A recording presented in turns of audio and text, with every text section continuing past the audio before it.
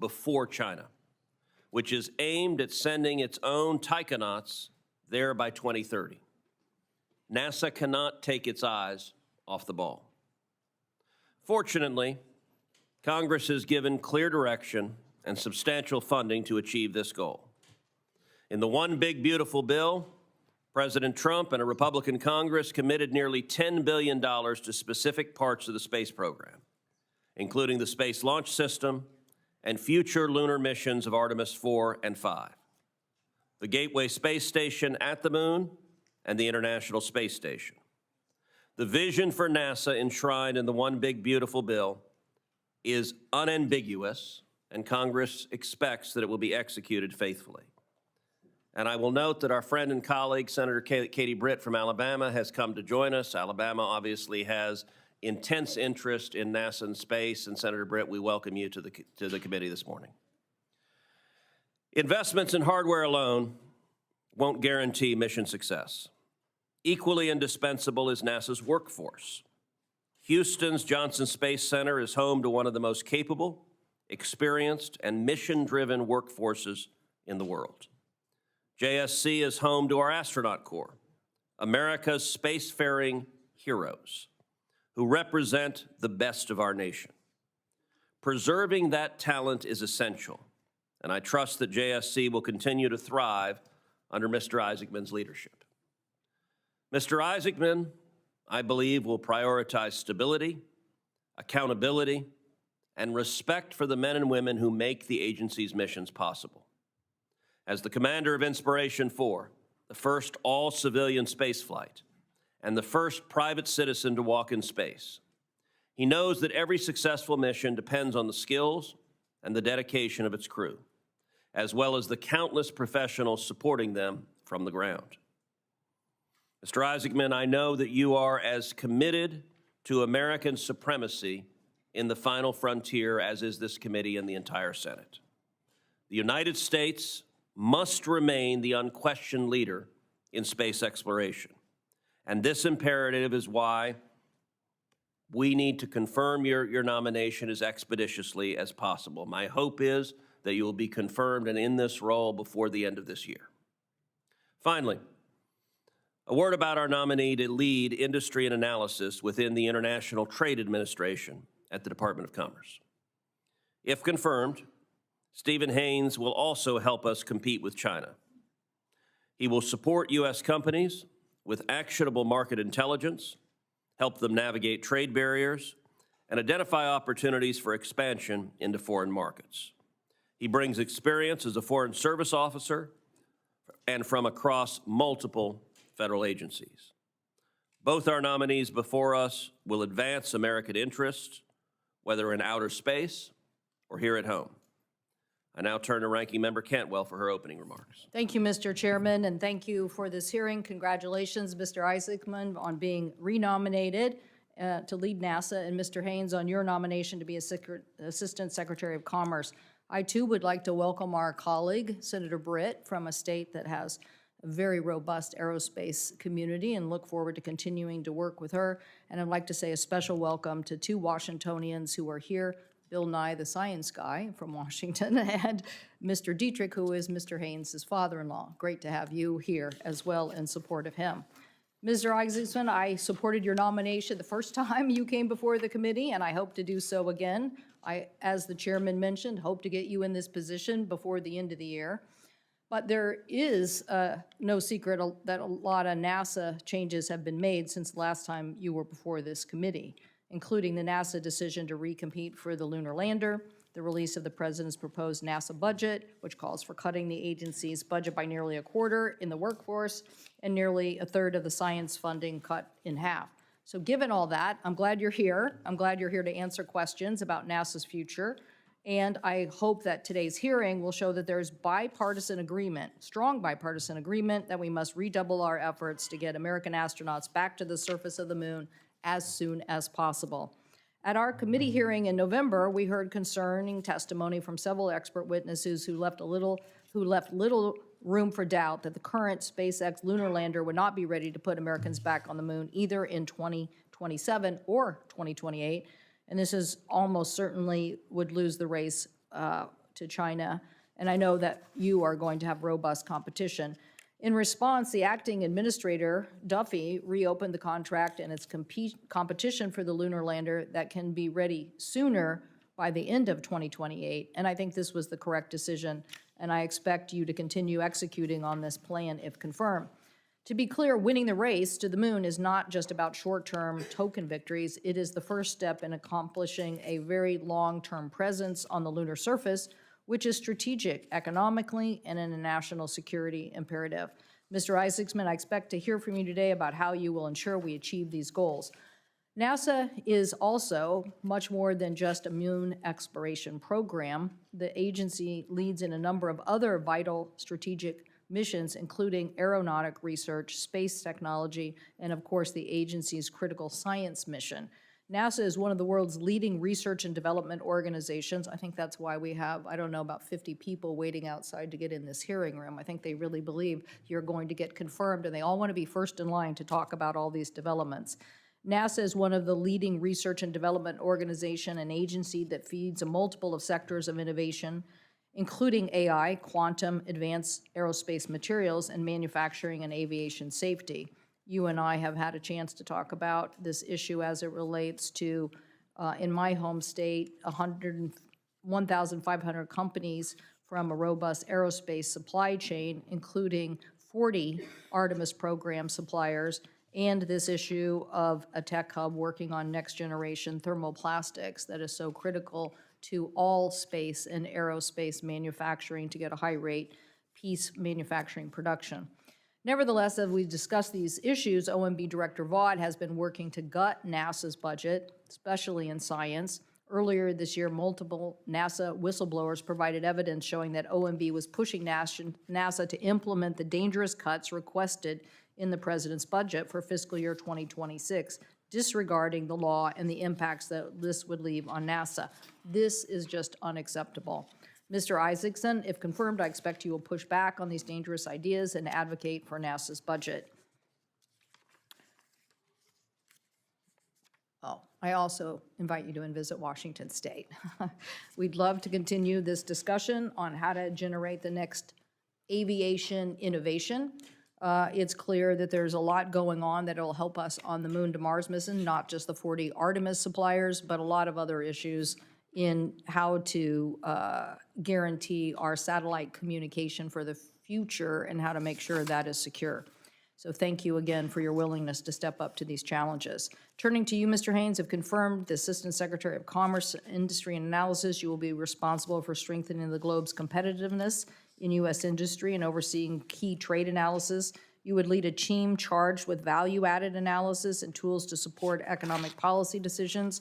No doubt there's been a big sea change since COVID about supply chain issues and supply chain vulnerabilities and the interest that commerce play a larger role in identifying those risk sectors. Myself and Senator Risch have been leading a charge on fusion technology and hoping that we could be very aggressive on supply chain issues if, in fact, fusion technology gets to the actual point of manufacturing in the United States. So I look forward to working with you on those supply chain issues, and I want us to continue to know that we have to reduce tariffs. In my mind, tariffs are causing Americans to be challenged on affordability issues, and I look forward to working with you and asking you questions about that agenda as well. And welcome to our colleague from Tennessee, Senator Hagerty. Thank you. I will now turn to our colleague from the great state of Tennessee, Senator Hagerty, to introduce Mr. Haines. Senator Hagerty, welcome to the committee. Thank you, Chairman Cruz, and Ranking Member Cantwell. Thank you for holding this important hearing. Mr. Isaacman, I want to congratulate you on your nomination and look forward to your confirmation. The reason I'm here today, though, is to introduce a former staffer, a good friend, and a fellow Tennessean, Steven Haines. Steven Haines is President Trump's nominee to serve as Assistant Secretary of Commerce for Industry and Analysis.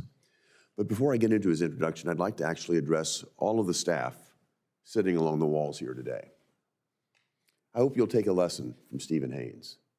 He did a remarkable job serving on my team, a great member of my national security team, and frankly touched many aspects of our office. He's taking that knowledge and moving it into the administrative branch, into the executive branch, into this administration. And he's going to go on to do great things. And I just think it's testament to the fact that the hard work that all of you put in on both sides of the aisle to support our nation and to generate the type of opportunities that we want to see for our children and grandchildren can manifest itself in a career like Steven's. And I hope, Steven, that you'll continue to advance your career. It's one of the greatest honors I have to represent to be here and speak on behalf of my former staffers, and to all of you. Thank you for your hard work that you do every day, and I hope that someday I'll be seeing you sitting in a seat just like Steven. Steven was one of my national security advisors for 2 years. His counsel was critical, covering nearly every issue that came to my office, from supporting my role as ranking member of the Banking National Security Subcommittee that covers export controls and CFIUS work, to State Department reauthorization and consular issues on the Senate Foreign Relations Committee, to the important work of funding the government through the appropriations process.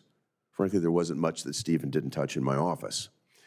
Before his time in the Senate, Steven served as a Presidential Management Fellow, then as a Foreign Affairs Officer at the Department of State's Bureau of East Asian and Pacific Affairs. Steven's a graduate of the University of Nevada and holds a master's in Asian Studies from the George Washington University Elliott School of International Affairs. Steven's understanding of how federal agencies operate and his deep knowledge of foreign policy and national security were evident from the first day he joined my team. This expertise served the constituents of Tennessee remarkably well, and his love for this country and serving the American people is palpable.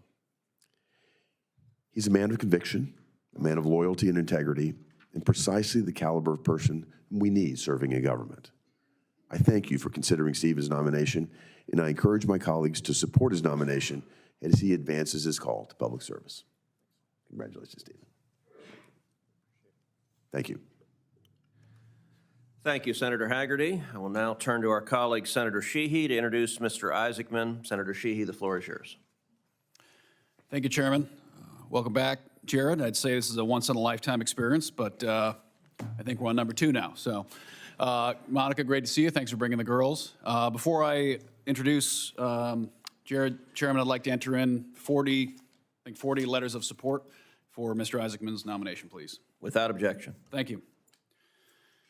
For nearly 70 years, the United States has been at the forefront of space exploration. President Trump knows how critical it is for our country to lead the way yet again as our space program aims to reach new heights, and that's why he chose exactly the right man for the job, Jared Isaacman. I've personally known Jared for several years, sharing an aviation community in Montana and cooperating with him on improving the education experience for our next generation of explorers, astronauts, engineers, NASA administrators at Space Camp in Huntsville, Alabama. Of note, both Jared and I attended Space Camp, and although I would say it lit a spark in both of us to chase the dream of aviation and aerospace, he's been far more successful than I have. We both dreamed of being astronauts as children. The difference is Jared actually is one, whereas I had settled for the title of senator. We both dreamed of being astronauts as children. America's been the leader of global space travel for generations, pushing the boundaries of space and testing the limits of human endurance and intellect. All Americans should be deeply proud of the incredible accomplishments of heroes like Alan Shepard, John Glenn, Neil Armstrong, Jim Lovell, and many others. The sacrifice and leadership of these brave astronauts is what most Americans know. What they usually don't know is that behind each and every one of these explorers is a massive team of dedicated engineers, program managers, innovators, test pilots, welders, electricians, truck drivers, and families who are the true heroes of our space program. To lead this incredible team requires a leader who not only understands and believes in the mission, but has the interdisciplinary skill set to coordinate these cross-functional teams to achieve critical outcomes. Since the tragedy of the Columbia disaster in 2003, NASA has been an organization of great people searching for revival. And after the cancellation of the shuttle program for 10 years, it's important to remember, for 10 years, the United States was paying Russia taxi fare to send our own astronauts into space. This would make John F. Kennedy, Ronald Reagan, and dozens of other American leaders turn in their grave. And in light of the recent Starliner mission to the ISS that left astronauts stuck in space for almost 9 months, we were reminded that much work remains. President Trump knew it was time for a change, and he chose the right man for the job. Despite Jared's desire to be an Air Force fighter pilot and astronaut as a child, he found out that he was smarter than most and started a disruptive software company in his garage as a teenager. That company grew to be a tremendous multi-billion-dollar success, and that success fueled his ascension in the Hall of Fame as a record-setting jet pilot, an aggressor pilot for Air Force fighter pilots, and most recently, this first civilian ever to conduct a spacewalk. On top of all that, Jared and I share another passion, pediatric philanthropy. Jared has personally donated millions to improve healthcare for at-risk children all over America, yet again underlining his commitment to this great nation. NASA is a point of great pride for our nation. It has carved out new frontiers for mankind and shown the world the power of freedom. China is progressing at a breakneck pace to overtake our space infrastructure and beat us back to the moon, and they fully intend to win. If we don't focus our efforts and commit to victory now, we will find ourselves going to bed under the glow of a red moon. We have a moral obligation to continue to lead on the greatest frontier ever known, and it requires strong leadership. Jared is an articulate leader, a great father and husband, and one of the smartest people in America. Jared understands not only how to manage a complex multi-billion-dollar organization, but how to design and engineer critical systems. And to top it off, he knows how to fly spaceships. NASA is in need of spiritual rejuvenation, and that will take fresh leadership. Jared is the perfect man for the job, and I look forward to adding NASA administrator to his already remarkable resume. Thank you, Chairman. Thank you, Senator Sheehy. I will now recognize Mr. Isaacman for his opening statement. Thank you, Chairman Cruz, Ranking Member Cantwell, Senator Sheehy for that very generous introduction, and distinguished members of the committee. I'm honored and grateful to be here before you again as President Donald Trump's nominee to lead the National Aeronautics and Space Administration. To begin, I'd like to acknowledge my family. So my parents, Sandy and Don Isaacman, behind me, my wife, Monica, my two wonderful daughters, Mila and Liv. So over the years, I've found many ways to challenge their patience, and politics is certainly no exception. We are also joined today by 7 astronauts, some of my closest friends and crewmates, together with NASA astronauts that have come to this hearing in support. Thank you very much. I also want to acknowledge and appreciate that Senator Britt from the state of Alabama is here today, so not only home to Marshall Space Flight Center, but also to Space Camp, which is where my journey began. As mentioned before, I have lived the American dream. I've been fortunate to have an amazing business and aeronautics career, to have led 2 notable missions to space, to help charitable causes that matter deeply to my family. And now I'm beyond thankful for a chance to repay my debt to this nation by serving alongside the brilliant minds at the world's most accomplished space agency. The last time I sat before you, I introduced myself, my qualifications, and the challenges and opportunities ahead. This time, I'm here with a message of urgency. After more than a half-century, America is set to launch NASA astronauts around the moon in just a matter of months. This is a challenging endeavor, to say the least, and one that requires full-time leadership. Secretary Duffy, in his letter to this committee endorsing my nomination, emphasized this point. The message is shared by more than 4 dozen other letters of support, including an online petition started by members of the NASA workforce and a letter from 36 NASA astronauts who, like me, have sat through anomaly investigations, launch and flight readiness reviews, and have accepted the risks of going to space and understand what is at stake. And I know it's not lost on anyone in this room that we are in a great competition with a rival that has the will and the means to challenge American exceptionalism across multiple domains, including in the high ground of space. This is not the time for delay, but a time for action. Because if we fall behind, if we make a mistake, we may never catch up, and the consequences could shift the balance of power here on Earth. This Congress, and specifically this committee, understand the urgency of the moment, placing a historic investment in human space exploration that President Trump signed in the One Big Beautiful Bill. It's now time for NASA and its partners to deliver. To that end, I want to assure you, senators, I'm not here for personal gain, to favor or enrich contractors, to close centers, or disrupt programs that are essential to completing America's objectives in space. If confirmed, I'm here to bring urgency and an extreme focus to the mission, to do all I can working with the best and brightest at NASA to lead humanity's efforts to unlock the secrets of the universe and ensure American leadership across the last great frontier. In concert with that grand endeavor, we will ensure the following: the success of the Artemis program that President Trump began during his first term. America will return to the moon before our great rival, and we will establish an enduring presence to understand and realize the scientific, economic, and national security value on the lunar surface. Along the way, we will pioneer the next giant leap in capabilities to extend America's reach even further into space, including expanding and accelerating investments into nuclear propulsion, both nuclear electric and nuclear thermal, and surface power programs. These efforts, in addition to industry partners building reusable launch vehicles, will set the stage for future missions to Mars and beyond. We will never accept a gap in capabilities again, not with our space station presence in low Earth orbit or our ability to send American astronauts to the moon. We will strive to build an orbital and lunar economy that can fund the future we all want to see in space someday and not rely exclusively on the taxpayer. We will begin making the investments now for the inevitable spacefaring future that is just on the horizon. We will make the most efficient use of every dollar allocated, pushing for more X-planes, more rovers and telescopes, more exciting missions like Hubble, James Webb, and Dragonfly, with the aim of enlightening the world through breakthrough scientific discoveries, knowing that if NASA doesn't do it, no one else will. Some of the most talented people in America show up to work at NASA. Alongside a reinvigorated culture and an intense focus on achieving the near impossible, what no other organization is capable of or even dares to accomplish, we will achieve these objectives. And when, not if, we get the job done, it will be because of the professionals at NASA, our international and our commercial partners, this committee in Congress, and President Trump's administration that will have succeeded in ushering in a new golden age of science and discovery. We'll do it for America, for humankind, and in doing so, we will inspire the world and generations to follow to take us even farther. We are just getting started on the greatest adventure in human history, and with urgency and purpose and extreme focus on the mission, NASA will lead the way. Thank you. Thank you, Mr. Isaacman. I now recognize Mr. Haines for his opening statement.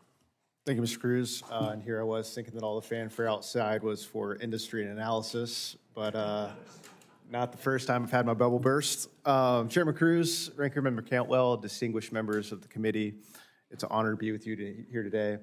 I'd like to thank President Trump, Secretary Lutnick, and Undersecretary William Kimmett for putting their confidence in me to serve as the Assistant Secretary of Commerce for Industry and Analysis. I'd also like to extend my deepest gratitude to Senator Hagerty for introducing me today. I feel incredibly fortunate to have his mentorship and support. It's also an honor to have several of my family members here with me, starting with my incredible wife, Erica Haines, who's sitting behind me.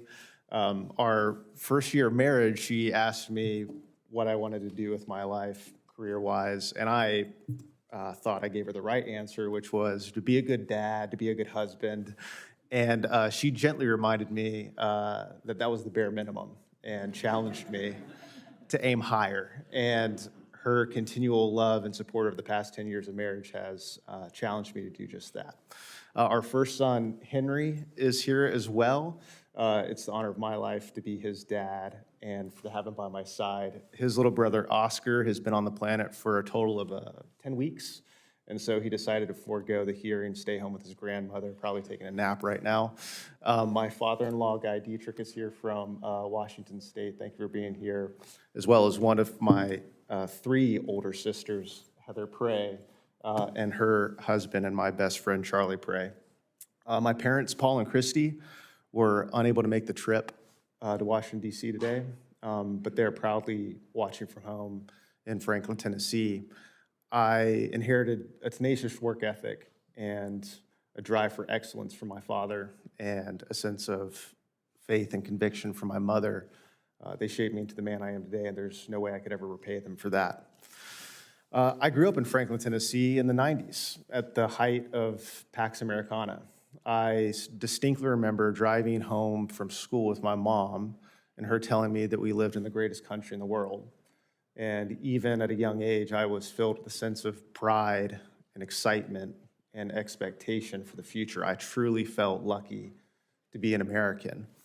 And I carried that pride with me as I left America to study abroad and then start a career in the oil and gas industry in Asia. No matter where I went, who I met, what I did, I always carried that sense that there was no place like home. My home, the United States of America.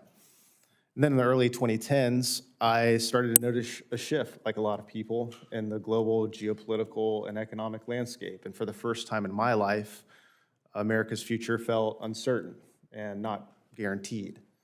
And so through the loving encouragement of my wife, who's from the area, decided to move to Washington, D.C., leave the private sector, and pursue a career in foreign policy and national security via public service. And that journey has led me to multiple roles at the Department of State, the Pentagon, here in the United States Senate, and now for the second time at the Department of Commerce. The colleagues that I've worked with, along with the experiences that I've gained, have all somehow culminated in the necessary preparation for this specific nomination. For 6 months prior to this nomination, I had the privilege of performing the duties of the Assistant Secretary for Industry and Analysis, learning its policies, its people, portfolios, budget, contracts, learning every facet of the organization. And it's because of that, I feel a sense of pride and excitement to have the opportunity to lead the organization in an official capacity.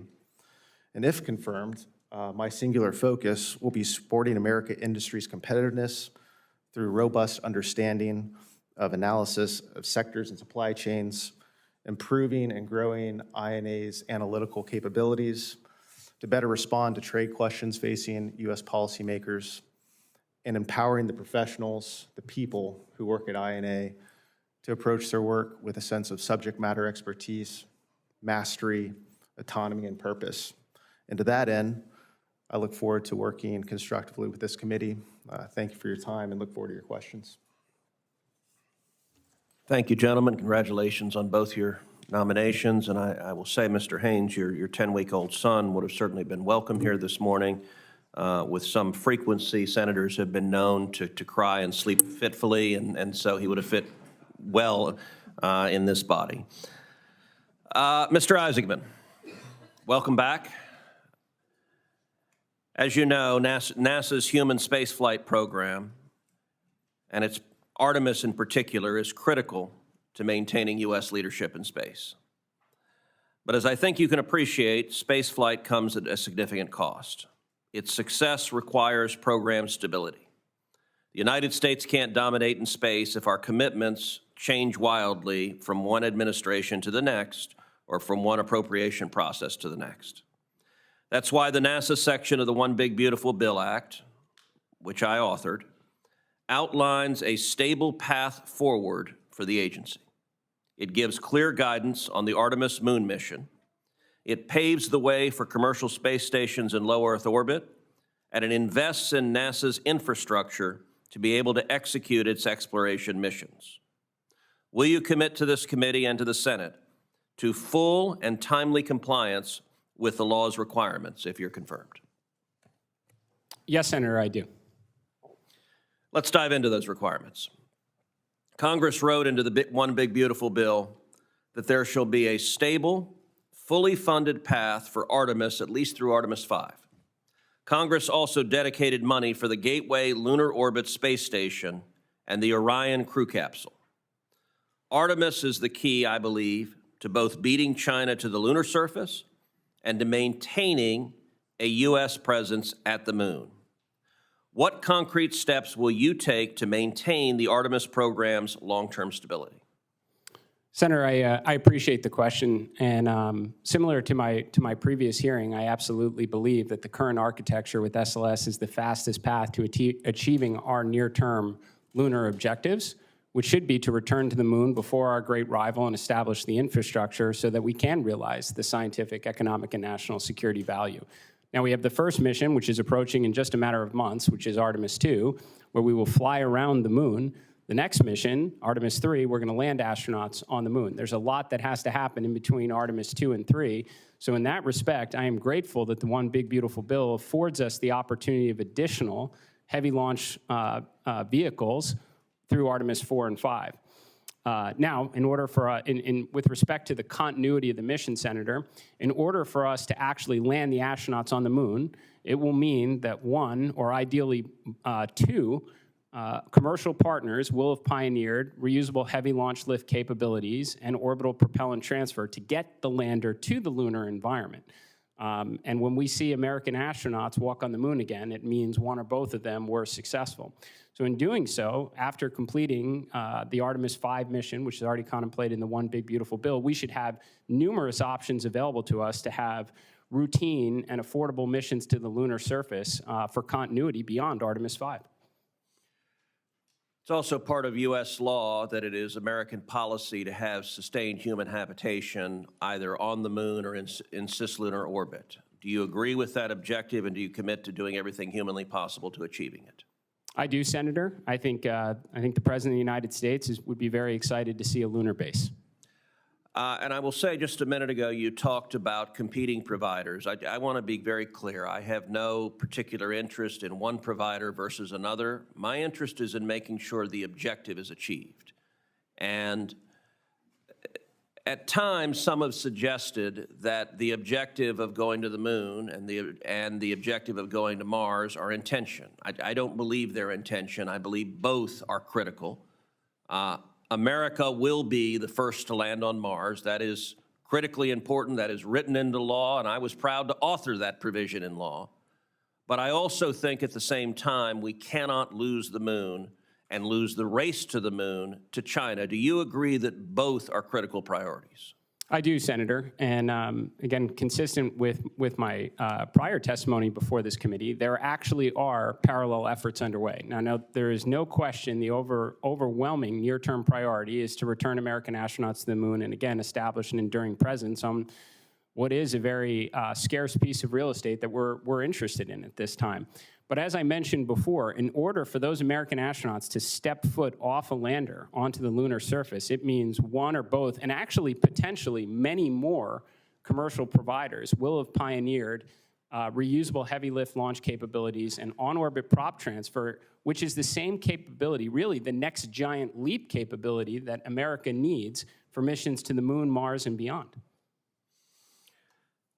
The International Space Station, which is managed from Texas's Johnson Space Center, is scheduled to be retired by 2030. It will be replaced by one or more commercially developed stations, partially funded by NASA and partially by private partners. Congress has been clear that a gap in our presence in low Earth orbit would jeopardize U.S. strategic interests. Will you commit to guaranteeing a continuous human presence in low Earth orbit and a continuous American presence during your tenure, and to ensure that there is no gap between the retirement of the ISS and the transition to commercial LEO destinations? I absolutely commit to that, Senator. As I mentioned in my opening remarks, we can never accept a gap in our capabilities again, not in low Earth orbit or our ability to reach the moon. I, like a lot of space enthusiasts, dream of the day where we have multiple commercial space stations in low Earth orbit. But I think in order for that to be a financially viable model, we have to absolutely maximize the remaining life of the International Space Station, get the highest potential science and research to the space station to crack the code on the orbital economy to give all these commercial space stations a fighting chance. Thank you. Senator Cantwell. Thank you, Mr. Chairman. Thank you, Mr. Chairman. Sorry, I had to step out for a minute and take a call from another member, but I just want to make sure I heard everything you just said correctly on this. So when Secretary Duffy, as the acting, announced NASA would reopen to compete Artemis 3 human lander to ensure America would reach the lunar surface in 2028, you agree with that decision, and will you fully commit to this recompetition? Well, Senator, I mean, both SpaceX and Blue Origin were already awarded contracts through a competitive process to build the lander, and I don't think it was lost on either one of those organizations that the first company that is capable of delivering a lander to take American astronauts to the lunar surface and back is the one that this nation is going to go with. I think that competition is fantastic. I think the best thing for SpaceX is a Blue Origin right on their heels and vice versa. Great. Well, we're glad they recompeted, and when I first became ranking member of the committee, we argued for the redundancy of competition. There's nothing like competition to get the product that we need. And I think the decision that was made was based on the urgency to return by 2028. So you believe in that process? Senator, I absolutely agree with competition. I think we need competition for the vendors that support NASA's critical mission. I think competition among world powers is actually a really good thing, just as long as we don't lose. Okay. The R&D issue about high-rate composites, I mentioned in my opening statement, the HiCam project, which does have NASA's support in trying to generate more composites. We have, with Idaho, established a tech hub in thermoplastics, and really believe that the United States should not lose this race for high-rate composite manufacturing.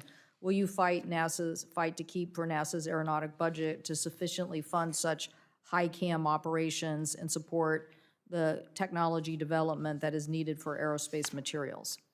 Senator, I think it's squarely in the responsibility of the aeronautics portion of NASA to work on the absolute cutting-edge materials that will ensure the competitiveness of our aeronautics industry well into the future. Okay, and then how can you further leverage NASA's university work for development and research?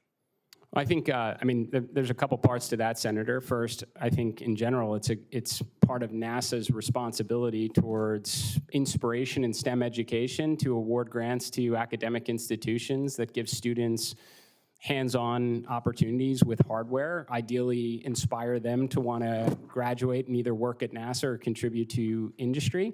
Also, I just think it's a great way to, crack the code on important research that's going to bubble up towards NASA achieving its important objectives. Okay, thank you. And Mr. Haines, how do we get this supply chain onshoring or supply chain materials similar to this same subject? One of the reasons I became interested in the Tech Hub is actually an Idaho employer came to me and said, "Do you understand the Europeans are trying to buy us?"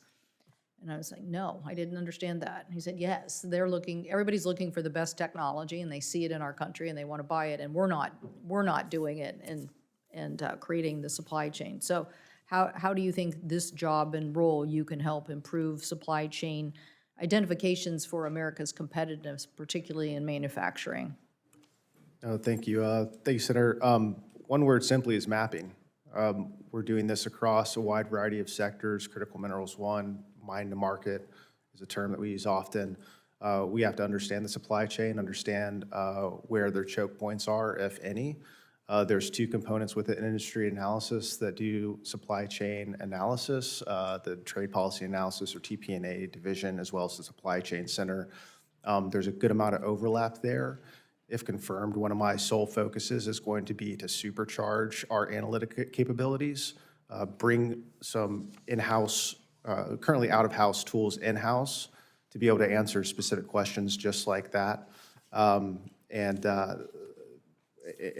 be able to have a little bit more ball control in terms of mapping and analyzing supply chains. And do you look at this issue as a true competition issue with China and other countries to make sure that we are mapping these supply chains?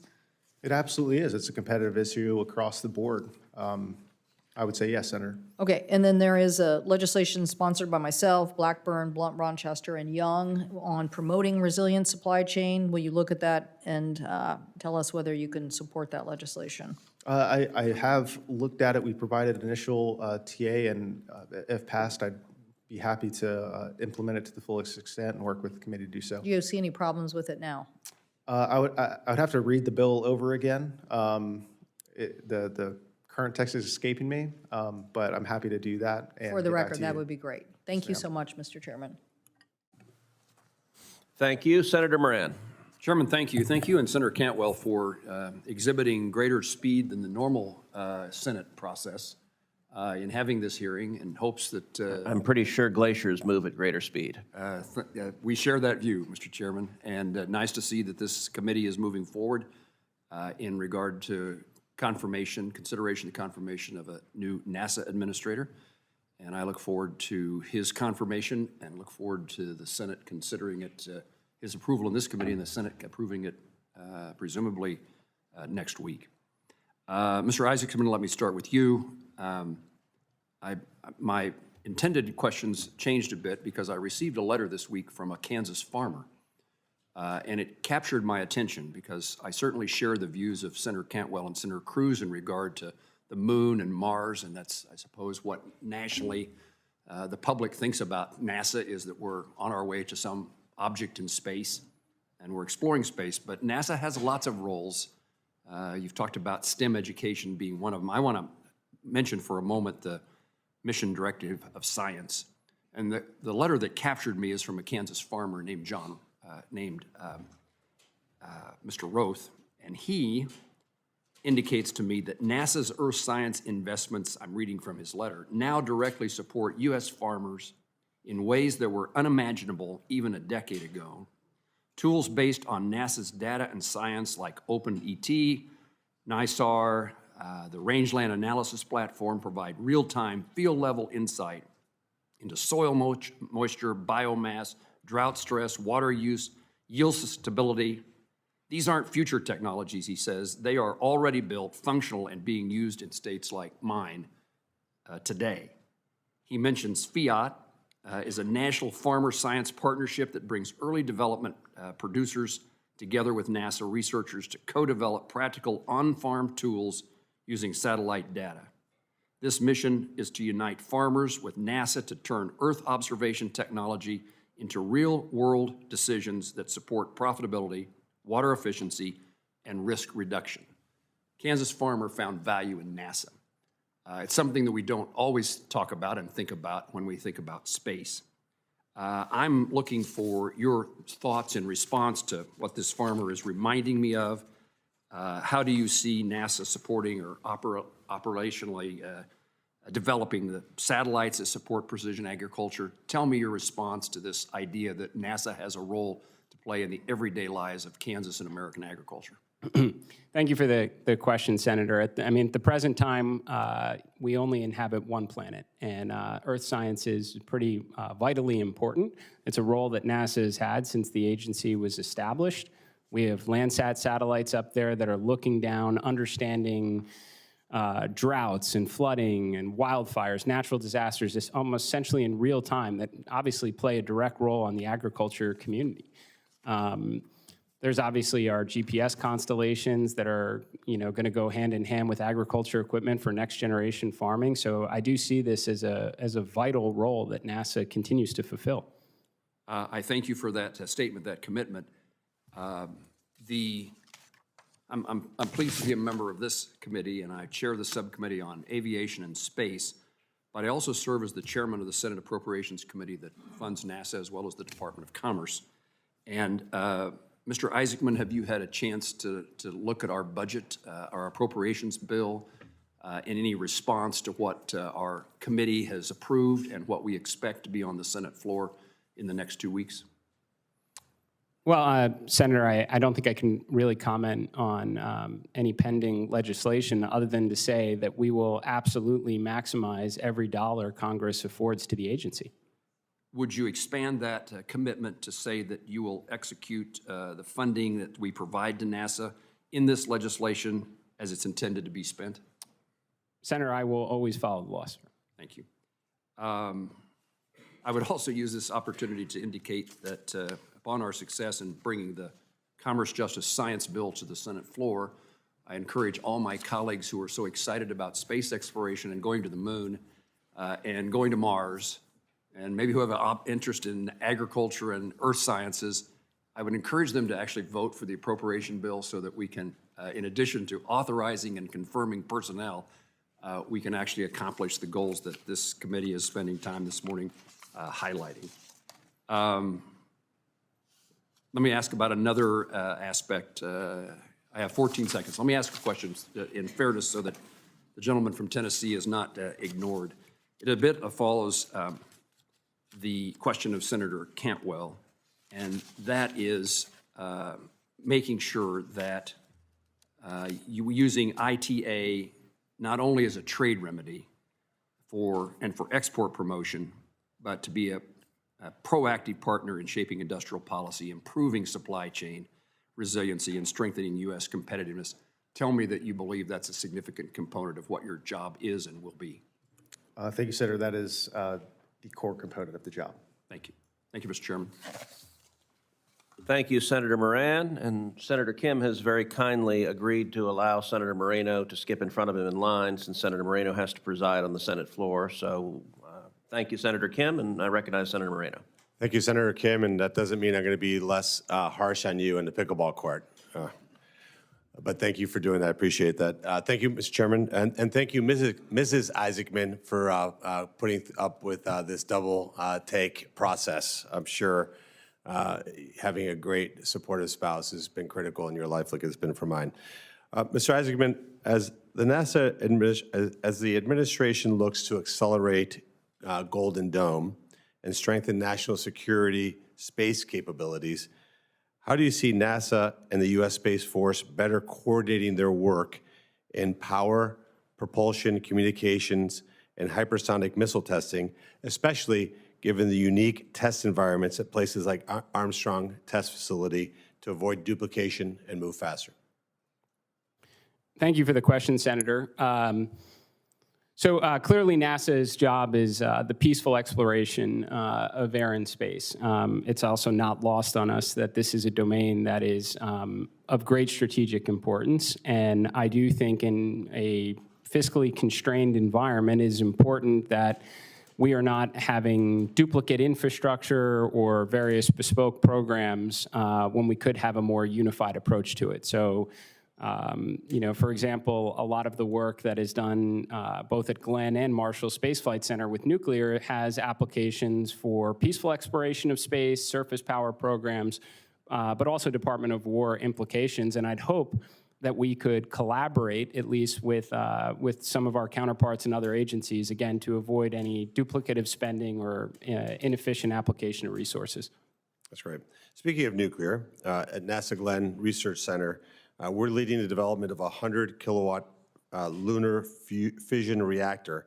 How should NASA build on this leadership in nuclear power and propulsion to ensure that the U.S. stays ahead in returning to the moon and reaching Mars?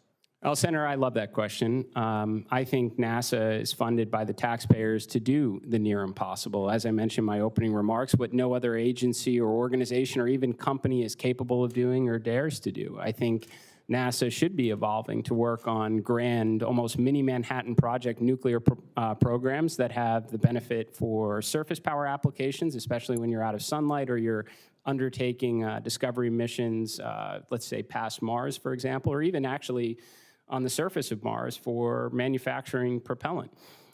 So I think there is this working, whether it's on nuclear electric propulsion, nuclear thermal propulsion, surface power programs, there is a ton of applications that NASA should be working on in that regard. And when NASA does work on the near impossible, what no one else is doing, it attracts the kind of talent that wants to participate in those programs and achieve these kind of, I guess, world-changing breakthroughs. I appreciate that, and look forward to having you and hosting you in Cleveland at NASA Glenn.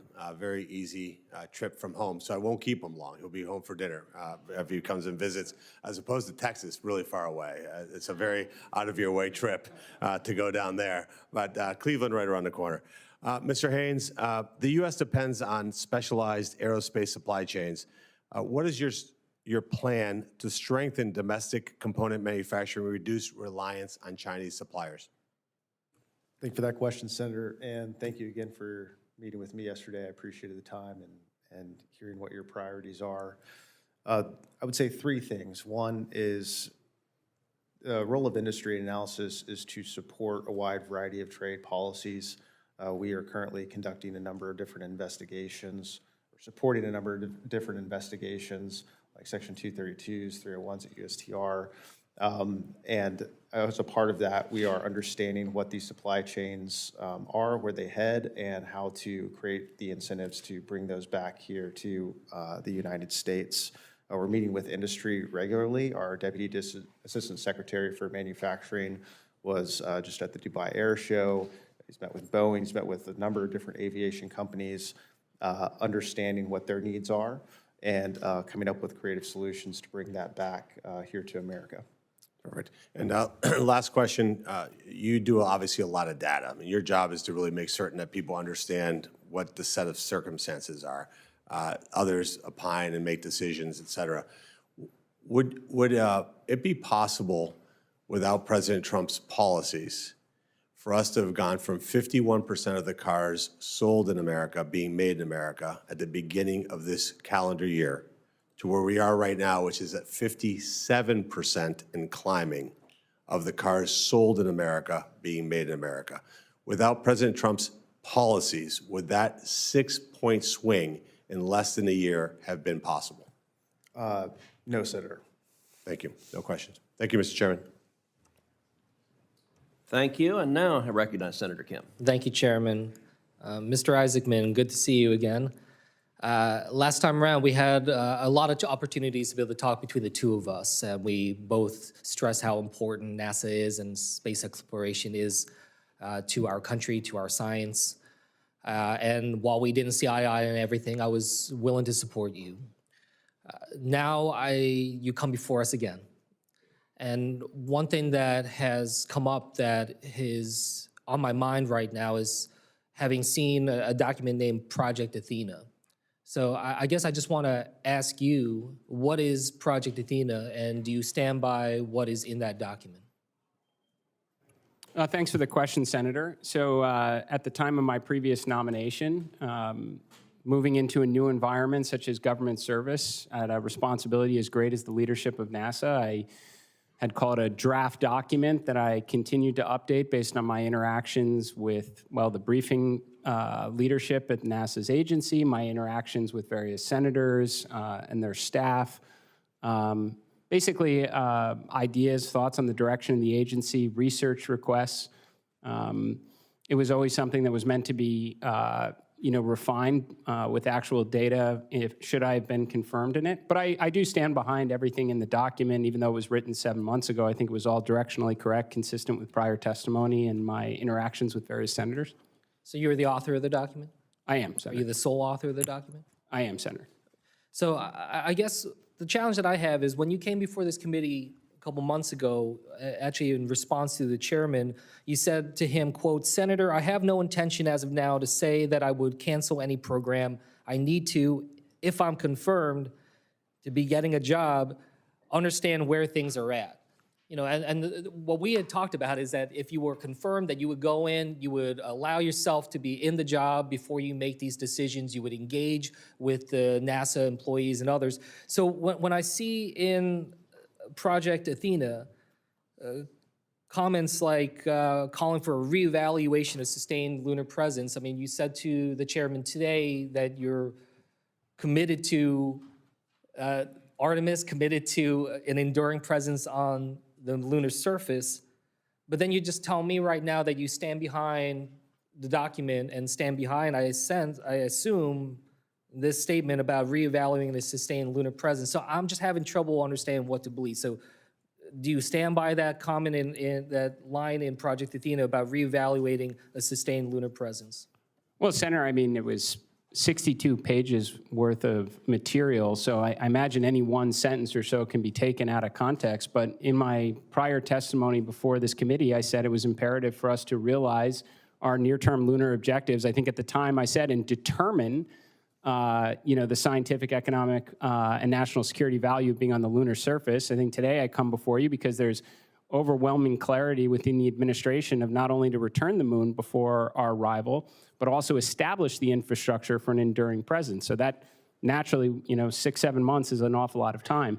But, I would say, Senator, there's probably 10 pages within that plan that call for research requests to make sure that you gather the accurate information to inform a definitive plan. But I certainly do stand behind the idea that if anyone's going into a position of great responsibility, it's better to go in with a plan than none at all, sir. But isn't it better also to have humility in the job and to be able to go and engage the experts and the scientists who have been doing this work? I mean, I don't mind people having a vision and having priorities, but you had told this committee that you would hold off on making up your mind, but the document very much came. And I wasn't trying to take anything out of context. I'm giving you the opportunity to explain it. So like, for instance, you responded to a colleague of mine about the importance of climate science and the role that science is playing, NASA is playing in that way. But in the Project Athena, you say, quote, you say NASA should be, quote, taken out of taxpayer-funded climate science business and leave it for academia to determine.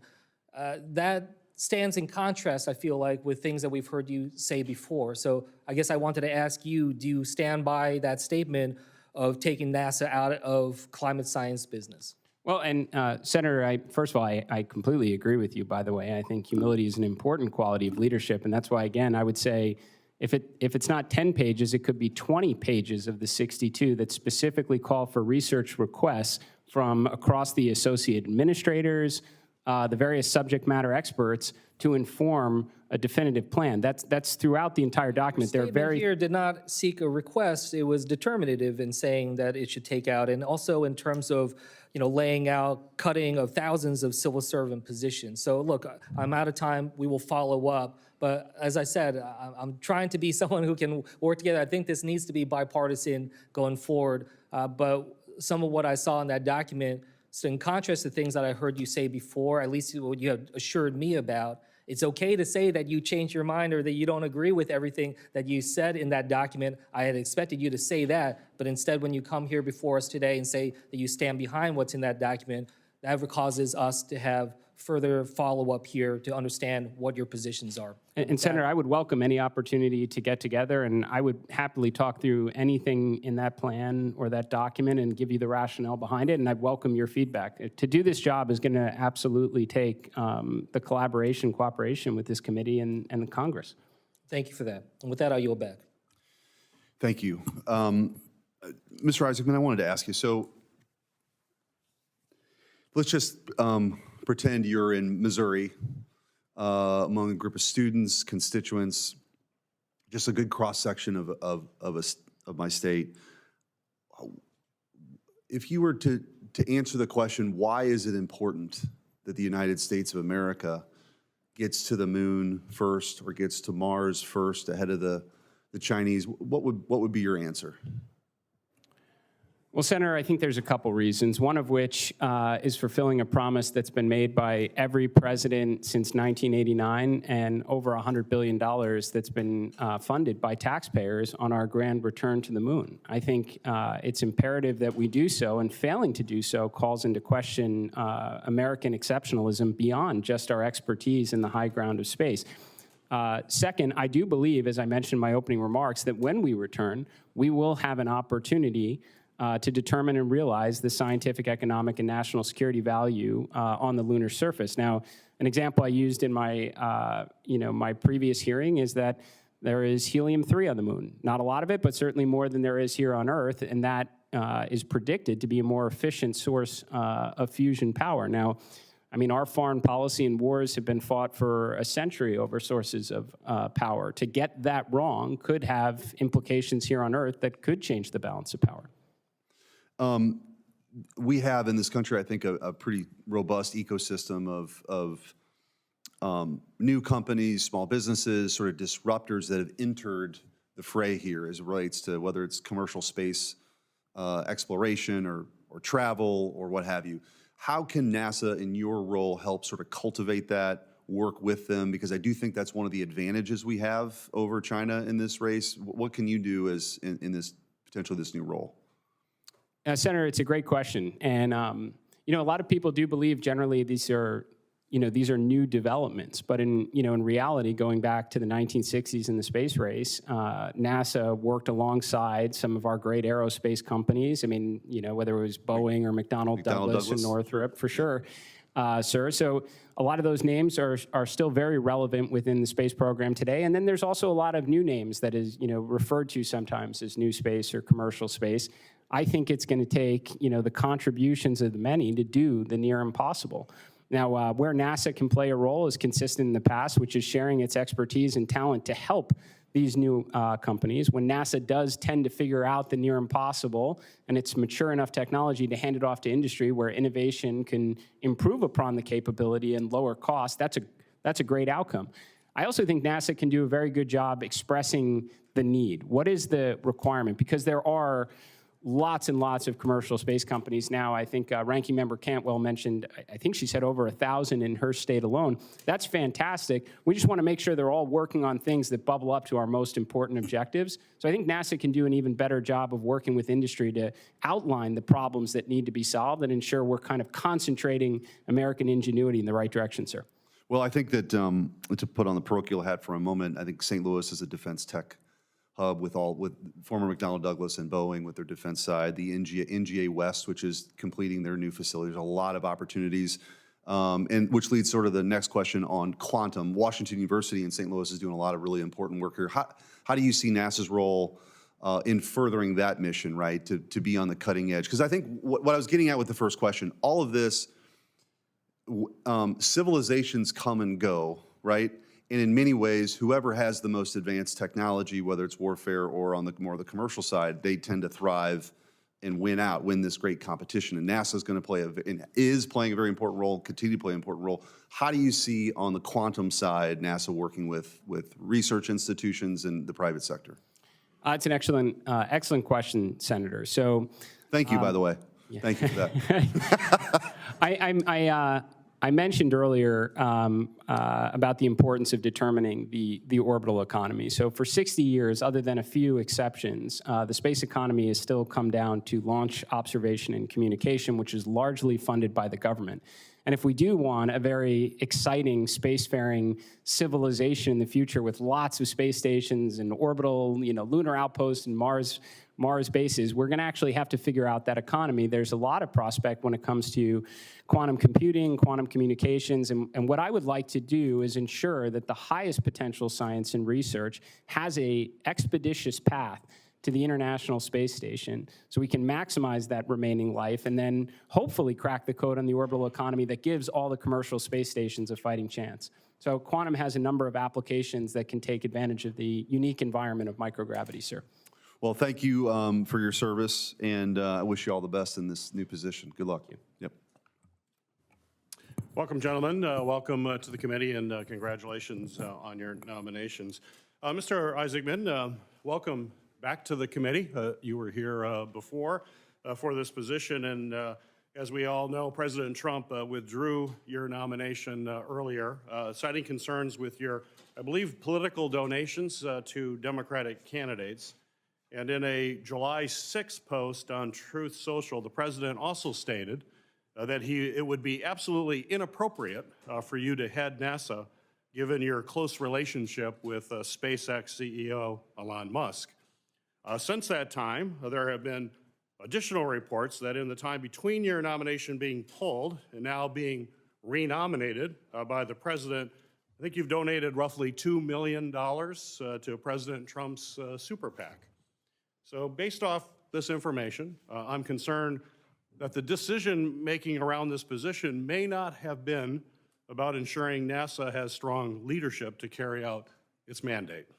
So could you please explain what happened to make President Trump reconsider the decision to pull your nomination, and what assurances you may have provided, if any, that your relationship with Elon Musk and SpaceX would not create a significant conflict of interest for you in this role?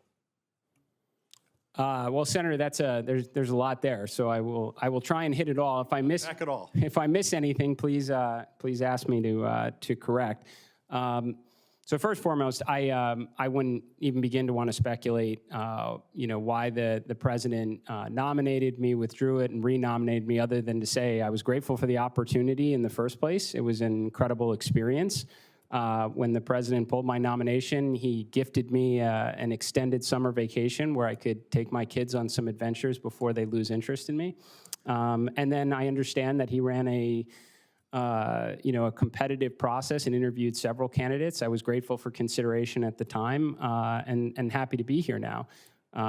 In terms of donations, I think it was covered over the summer. I actually felt I had enough exposure to Washington and got over maybe some of the initial intimidation factors, so much so that I thought perhaps I would have a political career, maybe be able to contribute for all the right reasons. So it shouldn't be surprising that I supported the Republican Party.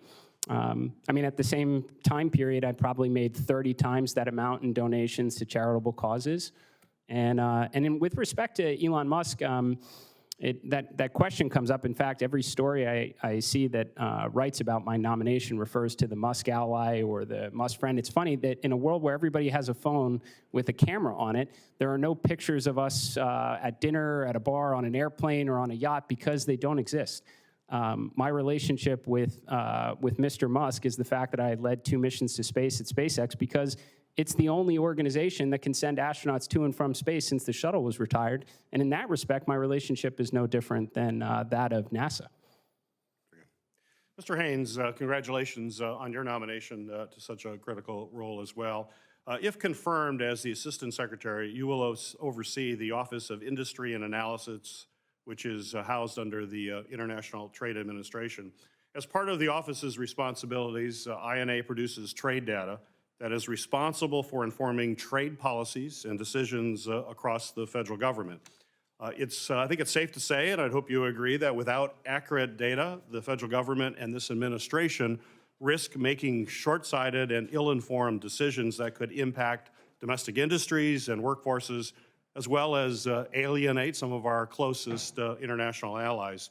As you may be aware, earlier this year, the president fired the commissioner of the Bureau of Labor Statistics, which is responsible for complying critical economic data like employment numbers, as well as the inflation rate.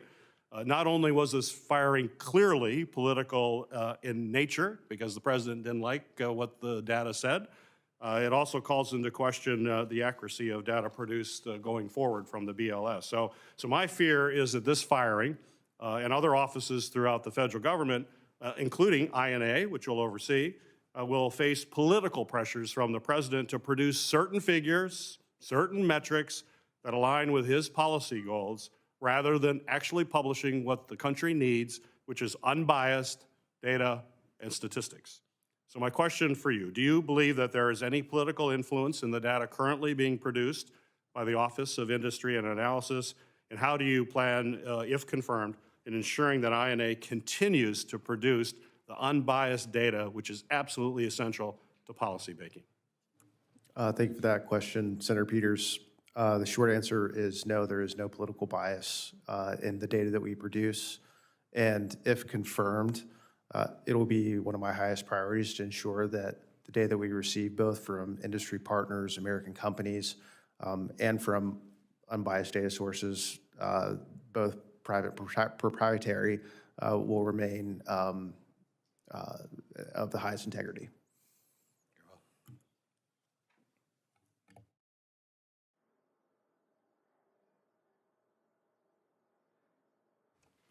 Thank you. Senator Sheehy. Thank you, Chairman. Mr. Haines, we've heard a lot about the politicization of job numbers and economic statistics over the past year since President Trump's taken office, but isn't it accurate that Gina Raimondo had an 800,000 job revision when she was Secretary of Commerce under the Biden administration?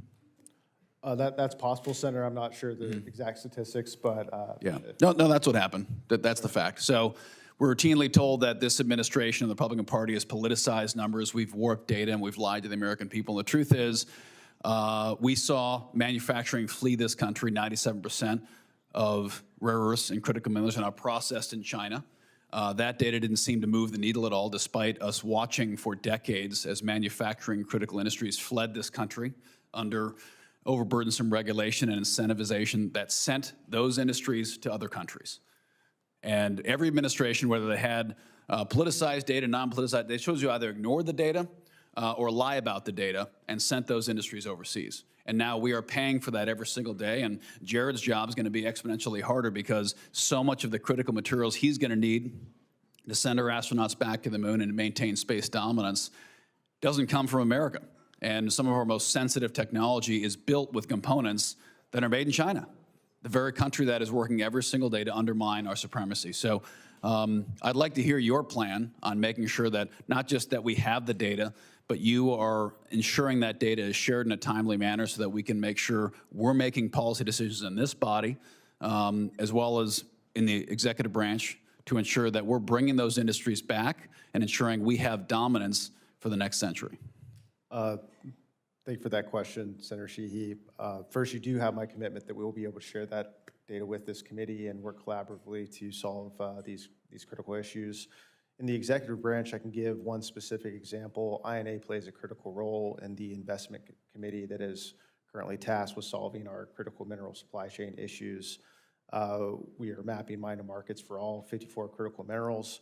We've identified over 700 projects and have already deployed or committed letters of intent and term sheets for about $16 billion worth of projects covering about half of the 54 critical minerals. That's just one aspect of the work that INA is doing in terms of providing that data and making sure that principals and decision makers in the White House, obviously Secretary Lutnick, have the information they need to make the decisions to solve these problems. And we'll continue to do that if confirmed. What, is there a statute that's that structurally ties you to the Department of War so that the economic data that you're gathering and synthesizing is actually communicated in a timely manner to the people that need to know and DOW? I'm not aware of a specific statute. We do have good connectivity with the Pentagon, the Office of Strategic Capital, and other areas within acquisition and sustainment, partly due because we have just some cross-pollination of personnel and just good relationships with the folks over there. But it could be strengthened, and if there are ideas from this committee of how to strengthen that, I'll be willing to share them and would be willing to work with you to do that.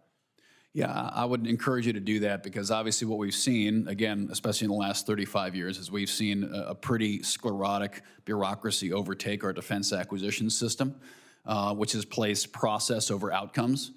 There needs to be a forcing function that ensures that DOW is not making procurement decisions and national economic strategy decisions related to our defense industrial base that are de-linked from the economic reality of what happens here. And unfortunately, there's not a real feedback loop there, and the results have been apparent. You know, China builds ships 230 times faster than we do. You know, they have the ability to put more planes in the air at times than we have missiles to shoot them down. They have more material on the battlefield, the ability to project that power. And when we talk about the space economy, you know, every American interacts every single day with space, you know, 1,000 times, you know, a day. They don't even realize it. You know, GPS, without thinking about it, we press go on the Apple Maps and don't realize that if we don't have an orbital infrastructure that provides that GPS data, life shuts down. I mean, Uber doesn't show up at the street corner with you anymore. Your DoorDash doesn't arrive. Our entire life evolves around an orbital economy that will be critical in Jared's new role, but probably even more critical given your role to ensure we understand that those rare earths, the quantum computing that Senator Schmidt talked about, that all is going to derive from the data you provide, DOW, to make sure that our economic supremacy goes hand in hand with our military supremacy. So I would encourage you to try to make that link a little more structural and strengthen that because it's going to be absolutely critical in the next 10 years. Thank you. What do you think, Senator? Thank you. Senator Markey. Thank you, Mr. Chairman. Good to see you again, Mr. Isaacman. You may recounter that during your last nomination hearing, you refused to confirm whether Elon Musk, with whom you have deep personal and financial ties, was present at the meeting that then President-elect Trump offered you the job of NASA administrator. So I wanted to give you one more chance to set the record straight. Was Elon Musk in the meeting at Mar-a-Lago when President Trump offered you the job? Senator, it's great to have a conversation again. I thought we really ran this one to ground last time, but what I will tell you, Senator, and I wish I had the opportunity to explain it further before, is my first interview with the president, I think I've had several opportunities since to re-engage, was in a ballroom type setting, Senator. There were dozens of people moving in and out that I would not say were in the meeting. It's a very simple question. Was President Trump in the room when, was Elon Musk in the room when President Trump offered you the job? Senator, my interview, my conversations with the president, and there were dozens of people moving in and out of the room, and I don't think it's fair to bring any of them into this matter. So you once again, you're refusing to tell us whether Elon Musk was in the room that day. And that actually makes me think that Elon Musk was in the room that day, but that you understand that it's a clear conflict of interest that he was there. You're asking us to confirm you as the next NASA administrator, and SpaceX gets $15 billion from American taxpayers for its business with NASA. You also have multiple financial relationships with Elon Musk, including investments in SpaceX, a contract between his company Starlink and your payments company, and even more, you bought space flights from SpaceX.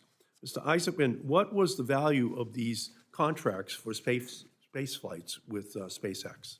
Well, I mean, Senator, just to clarify on these points, I have no direct or indirect equity exposure to any aerospace company, including SpaceX. I have disclosed all of my financial ties to the ethics officials at NASA, as well as the Office of Government Ethics. They've generated an ethics letter. I fully intend to adhere to it. I more than acknowledge that I went to space twice with SpaceX, but I point out they're the only company capable of sending astronauts to and from space since the shuttle was retired. My relationship with them is no different than NASA's. In fact, if there was more than one company, I suspect I would have paid less. So what was the value of the contracts for space flights with SpaceX?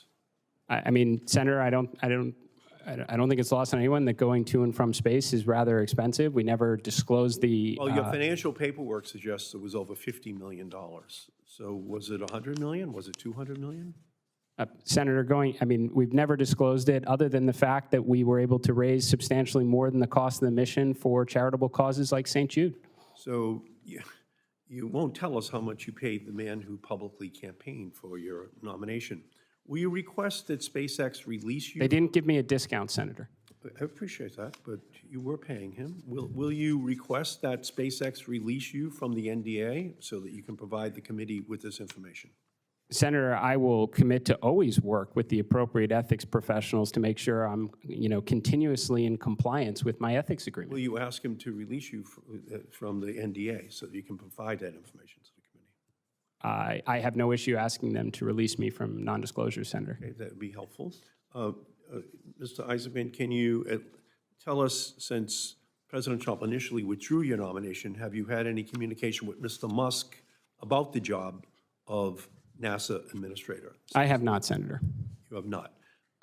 So the American people actually deserve to know how much money you have spent personally on SpaceX, and whether the head of SpaceX and Starlink, Elon Musk, was personally involved in your nomination, because we're looking at conflicts of interest so big that they have their own center of gravity, and we just have to make sure that it's all out there and it's fully understood by the American people.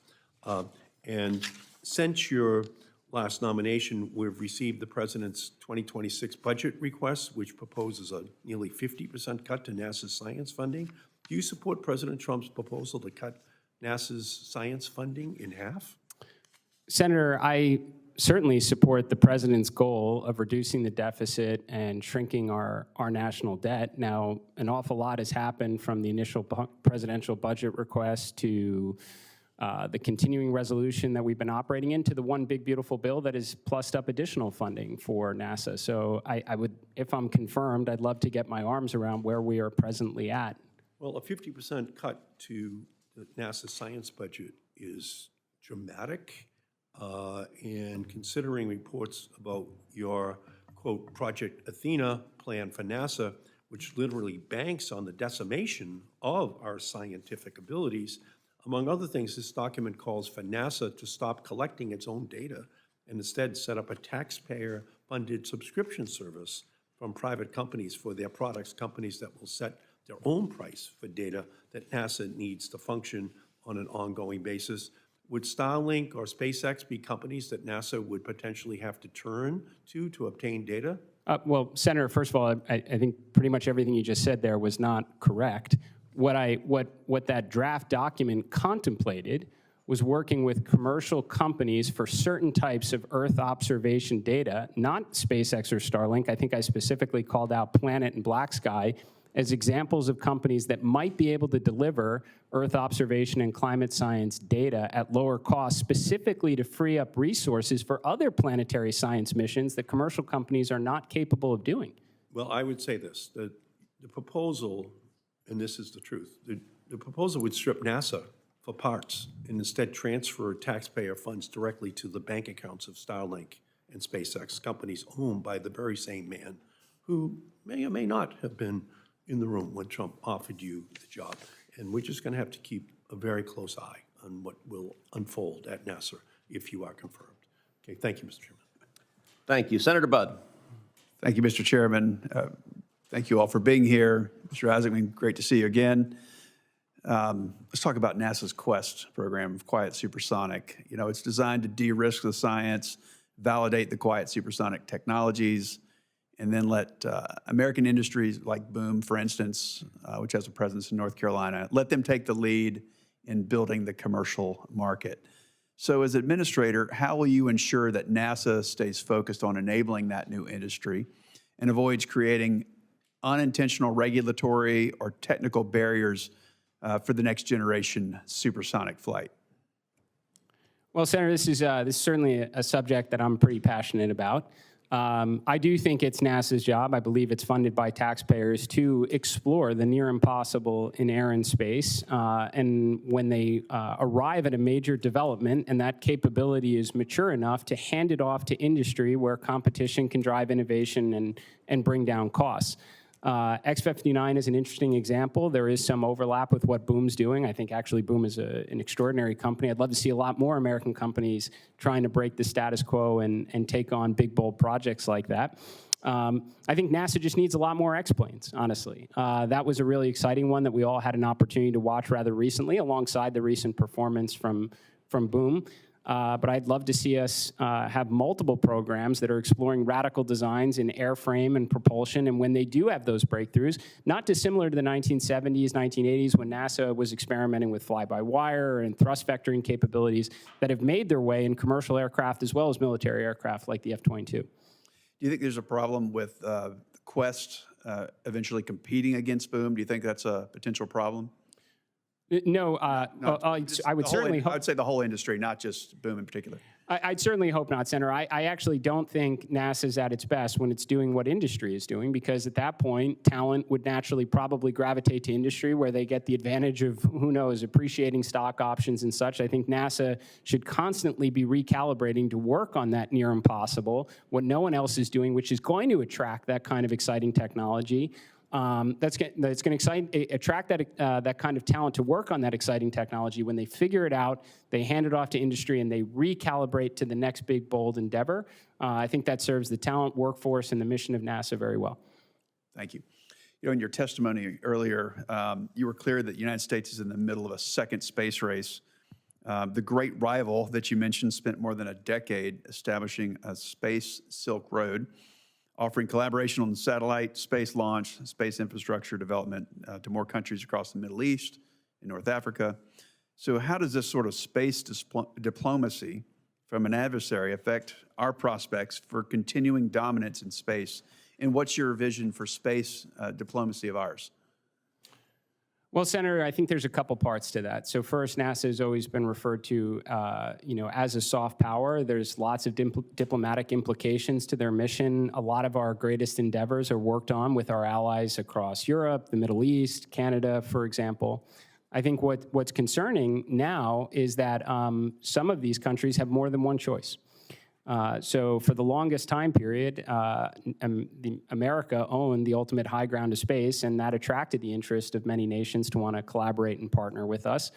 The Chinese do have their own space station now. They went from a single technaut in orbit approximately 20 years ago to having a space station where they're launching at an extraordinary cadence. So I think this is why there needs to be urgency to take a close look at NASA, what's going right, and do a lot more of that, and the things that are going wrong to clear those obstacles and paths so we can get back to doing, world-changing missions again.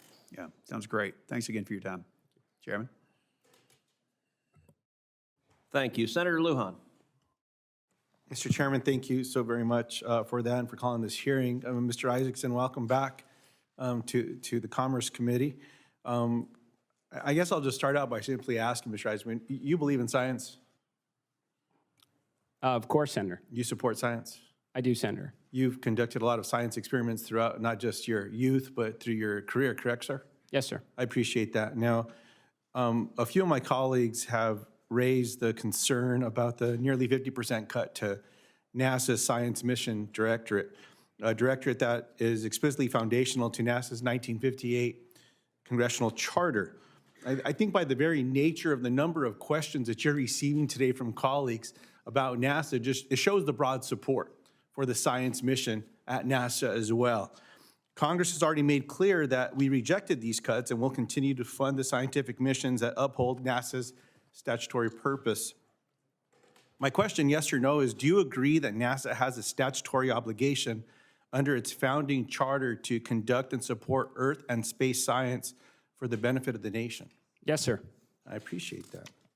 Now, this is going great, Mr. Isaacson. Many of NASA's science programs are not commodities. You cannot run a value-added calculation on dual-use information that supports both science discovery and national security. Now, for example, these missions provide indispensable space weather data. We were chatting about that before. I appreciate my colleague reminding us all across America when we pull out our devices or we're depending on the simple services that we interact with every day that we're touching some of this and we depend on it. Like your friend, Mr. Musk, I would say some of the commercial actors, they depend on after solar activity has repeatedly disrupted their constellations as well. Now, NASA, Earth science assets also ensure GPS integrity, track environmental changes, everything you just described. U.S. military readiness, critically important, national security, the importance of the science directorate. So let me ask you directly, yes or no, will you execute the funds appropriated by Congress for NASA's critical science missions exactly as Congress has directed? Yes, sir. We will maximize the scientific value of every dollar that Congress affords the agency. I appreciate that very much. My last question is, while I didn't support the reconciliation bill that passed over the summer, there are pieces of it, particularly in NASA's section, that hold promise, and I appreciate the inclusion of them. For example, the NASA section funds a Mars telecommunications orbiter, specifically one that was proposed independently when NASA solicited its commercial industry for Mars sample return mission architecture from space. I see you nodding. You're very familiar with this, I imagine. Reasonably familiar, Senator. The orbiter would not only support future exploration missions, but most importantly, it would help support the critical comms relay needed for existing and future science missions like the Mars sample return. Now, New Mexico is home to companies like Rocket Lab, who produce the world's highest efficiency space-grade solar and powered critical NASA missions and would power the MTO, for example. So yes or no, do you commit to following through on the letter of the law and ensuring a rapid acquisition strategy for the MTO to be able to deliver it by the law's 2028 due date? Senator, my commitment to you and all the other members is always to follow the law. As a space enthusiast, I am super excited about any activities that open up further science and discovery on Mars. Appreciate that very much. Thank you, Mr. Chairman. Thank you. Senator Klobuchar.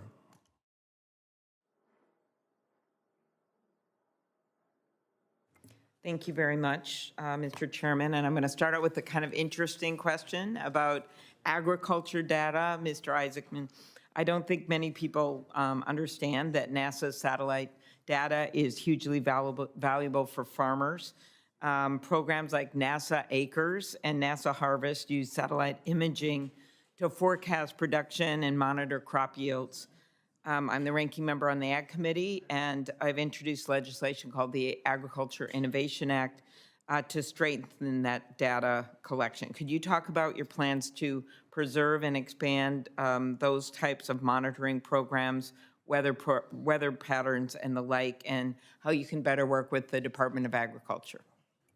Sure, Senator. I appreciate the question. As I mentioned with Senator Moran before, at the present time, we at least inhabit only a single planet, and it's probably important for us to continue to study it to the greatest extent possible. NASA's had a long-running program with Intelsat. I fully support that we should be gathering data that especially contribute to hardships here on Earth. I mean, obviously there's great agriculture opportunities, but these can be impacted by droughts and wildfires and flooding, and grateful that NASA has the capability to gather some of this data in real time. I don't see that going away ever.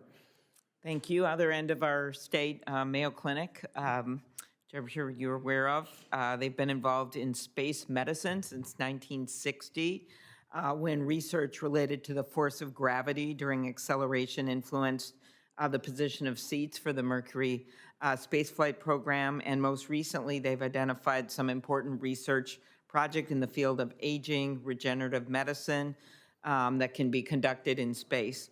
How will you continue to support NASA and institutions like Mayo's efforts to advance science that helps here on Earth? Senator, I couldn't agree with this area of study more. We are actually quickly reaching a point where it's no longer a technological limitation for deep space type missions, but human physiology and psychology. So in that respect, I obviously fully support all the studies that can be done so that when the day comes that we actually send NASA astronauts to Mars, that they can come home healthy enough to tell us about it. This is probably the single greatest accomplishment we've had on the International Space Station over the last quarter of a century, is keeping humans alive in an environment that is quite challenging. And then just on the research side, a lot of academic institutions like the University of Minnesota rely on publicly funded data from NASA's missions. And as NASA continues to partner with private firms, the commercial data is not as easily accessible to researchers. And I think it's a balance. Obviously, the partnering with private has brought with it some success, but then you want to have the public institutions be able to access that data for the public portion of this, which has helped us. I'm not going to go through all the inventions and things that have come out of this type of space mission. So what steps will you take to ensure that data from NASA missions continues to remain available for researchers across the country? Senator, I fully support it, and I think this actually goes to some of the questions from Senator Markey before. I absolutely think that NASA should be making available all of its data, especially its Earth observation data, freely to academia, so they can draw their own conclusions from it. I don't think it's the most helpful every 4 or 8 years when administrations change that certain scientific positions become overly political. I think that we should be making that data available to academic institutions and let their scientists and research draw their own conclusions. Thank you very much. Mr. Haines, congratulations on your nomination. We have a lot of manufacturers in my state, a lot of them high-end robotics manufacturers. We do a huge amount of trade, not just in the ag area where we're 4th in the country for ag exports, but throughout our industries. And could you talk about data that the Department of Industry Analysis can provide Congress and the public, transparency data with the price impacts of things? We're obviously concerned about tariffs. Thank you, Senator. I would say a few things. We usually provide data as it compares to bilateral trade flows and sectoral competitiveness. We now provide broad economic data in terms of labor statistics or GDP growth or anything like that. Any data that we do have on specific sectors, especially as they are in your state, happy to discuss those with you and your staff. And by the way, thank you to your staff for meeting with you yesterday and understanding a little bit more about your priorities on the committee. So can absolutely, if confirmed, commit to you to provide the data that we do have. Very good. And I think my time's running out. I'll put this in writing, but I do a lot with Brand USA, and Senator Sullivan and I just introduced a major reauthorization of this, and Senator Rosen over here cares a little bit about this, representing Las Vegas. And so just anything you can do to strengthen programs like Brand USA that don't use taxpayer dollars to ensure we continue to remain competitive with U.S. tourism, and especially with World Cup, the 2028 Olympics, and other major events that are coming up. Yes, ma'am, Senator, you absolutely have my commitment to do that. I have met with Fred Dixon and Brand USA multiple times. The secretary's met with them multiple times, and we look forward to working with them in a collaborative effort to make sure that travel and tourism remains competitive. Okay, thank you. Thank you. Senator Young. Well, thank you, Chair, and I thank our nominees so much for your interest in serving. Mr. Isaacman enjoyed our breakfast some days ago, and I expect to support your nomination and very much appreciate your presence here.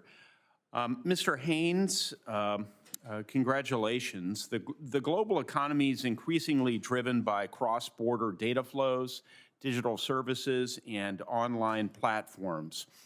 And U.S. firms are facing more foreign barriers, such as data localization rules and discriminatory digital taxes. Within ITA, industry and analysis is already involved in tracking these digital barriers and advising on market access for U.S. providers. If confirmed, Mr. Haines, how do you see INA's role in digital trade evolving?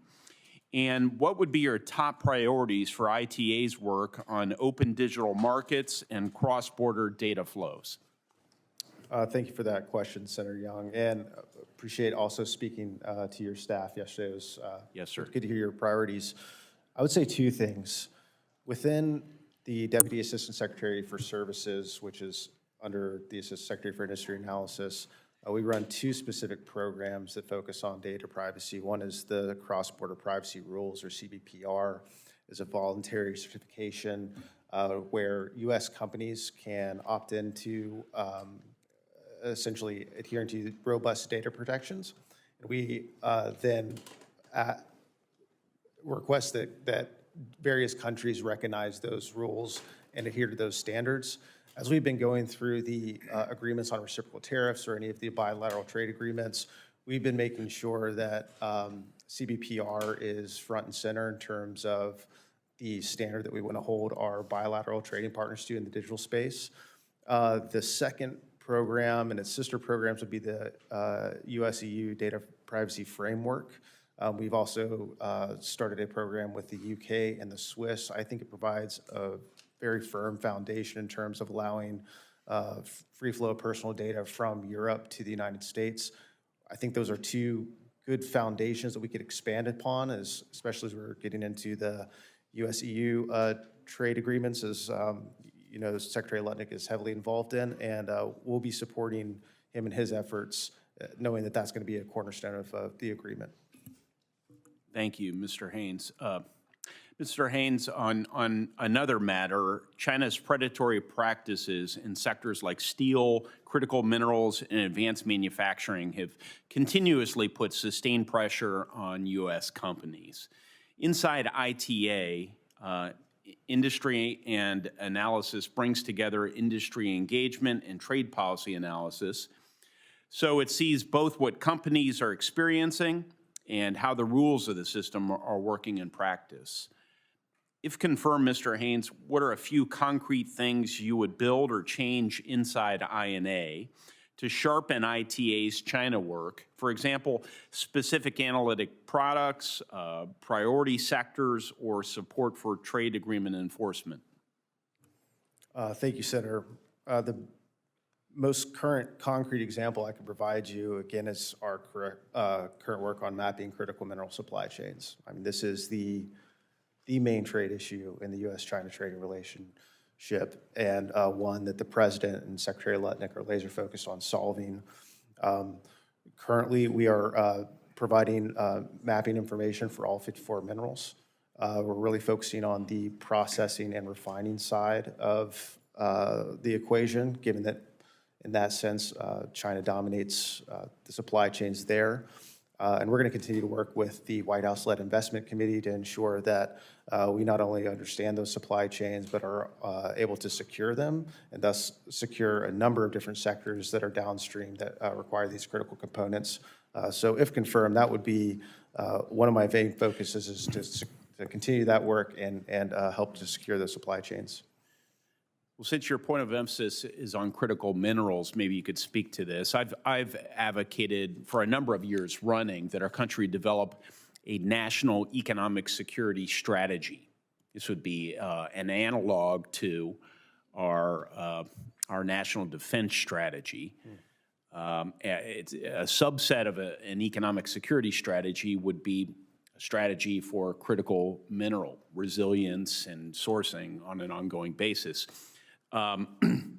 Might INA play a role in development of a written strategy subject to scrutiny, but ultimately some measure of consensus around what the policy is, so that we could develop a policy that would endure beyond this administration, just as we do through a national defense strategy? Yes, sir, Senator. I would imagine that any strategy like that would probably be White House-led, like a national security strategy, national defense strategy. And if something like that were to come into existence, I would imagine that we would absolutely be asked to provide support in developing that. And if it does come to fruition, and I'm confirmed, would be delighted to do so. Well, great. Well, I hope we'll have an opportunity to work together on that broader matter, which I agree would have to come from the White House. I know they're listening, so I thought I'd bring it up. But I expect that I will be supporting your nomination, and thank you for answering my questions. Chairman? Senator Rosen. Well, thank you, Mr. Chairman, and thank you to the witnesses here for taking us to space and a little bit more, we'll say Nevada-specific, because we have a proud graduate of University of Nevada, Rena, here, who knows lots about critical minerals in our state and tourism in our state. And I fully support working on a national strategy, because Nevada, of course, has some of the largest critical mineral deposits in the country. And so we are very mineral rich, as you know, and thank you for being here. But I'm going to focus a little bit on tourism. I'm going to bring us down to earth and ask about my travel and tourism work and some of the bills that we've had. Because in 2023, I had a bipartisan bill, the Omnibus Travel and Tourism Act, was signed into law, and that bill created a position of Assistant Secretary of Travel and Tourism at the Department of Commerce. The new position is the first tourism-dedicated assistant secretary in the United States, and among other matters, is responsible for setting annual visitation goals, creating whole-of-government strategies to ensure that visitation goals are met, establishing interagency coordinations to support U.S. tourism, which I would argue is in the top economic driver of every state in our great nation. This new office will also play an essential role to reducing barriers to travel and leveraging new technologies to make travel safer and more efficient. However, despite the critical importance of this role, especially as the tourism industry continues to face significant challenges amid global uncertainty, the position remains vacant.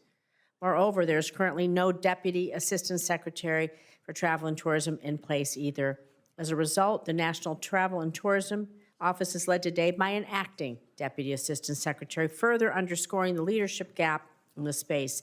And so it all means that tourism remains a sub-office, although critical to our national economy, remains a sub-office overseen by the Assistant Secretary for Industry and Analysis, position for which you are nominated, rather than by a new Assistant Secretary dedicated solely to focusing on the ecosystem.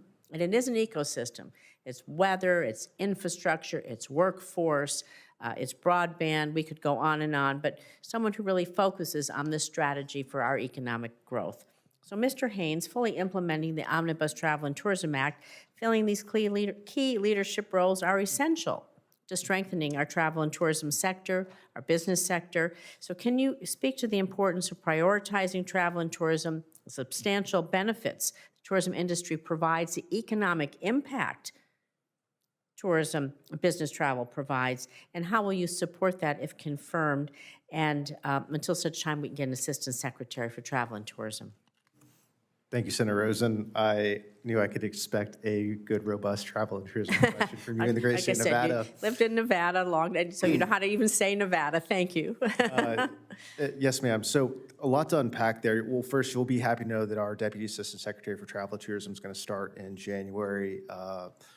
Rob O'Leary, he's going to be absolutely excellent. We're excited to have him, and he will be spearheading a lot of the important work that you just highlighted. Come bring him to our office to meet our team, please. Yes, ma'am. I would love to have the same invitation as well, if possible. Yes, absolutely. I would say three things that I would be focused on to boost travel and tourism. Number one would be to modernize the Survey for International Air Travelers program, which is housed within NTTO. It's currently done by hand. We have only been able to get about 100,000 surveys of international visitors a year, well short of the 1% mandate by this committee. We just put out a competitive bid a few months ago to digitize and automate that, hopefully getting more robust insights into travel and tourism trends and be able to capture a larger data set. And through that, be able to come up with better strategies at a more granular level to attract visitors.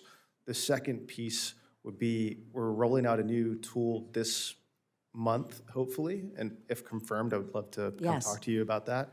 And it is going to be a 50-state travel and tourism competitiveness matrix, to where we currently understand where the United States fits in terms of global travel and tourism competitiveness. This would be able to say, the state of Nevada hypothetically ranks number 9 in attractiveness because they love the gaming, the food, the entertainment.